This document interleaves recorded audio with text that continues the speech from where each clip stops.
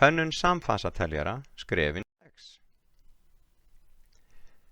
Fyrsta skrefið er að búa til stöðumynd. Sú mynd sýnir í hvaða röð teljarinn telur.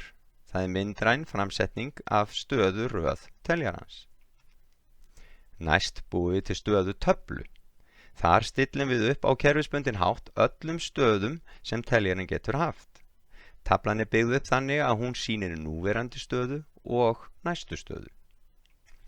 Þriðja skrefið gengur út á að fylla út gildin á J og K fyrir hverja vippu. Til að hjálpa okkur með það notum við reglutöflu fyrir J, K vippur.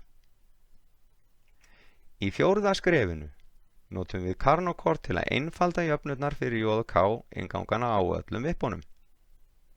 Við fyllum út Carnot-kort fyrir hvern J og K inngang.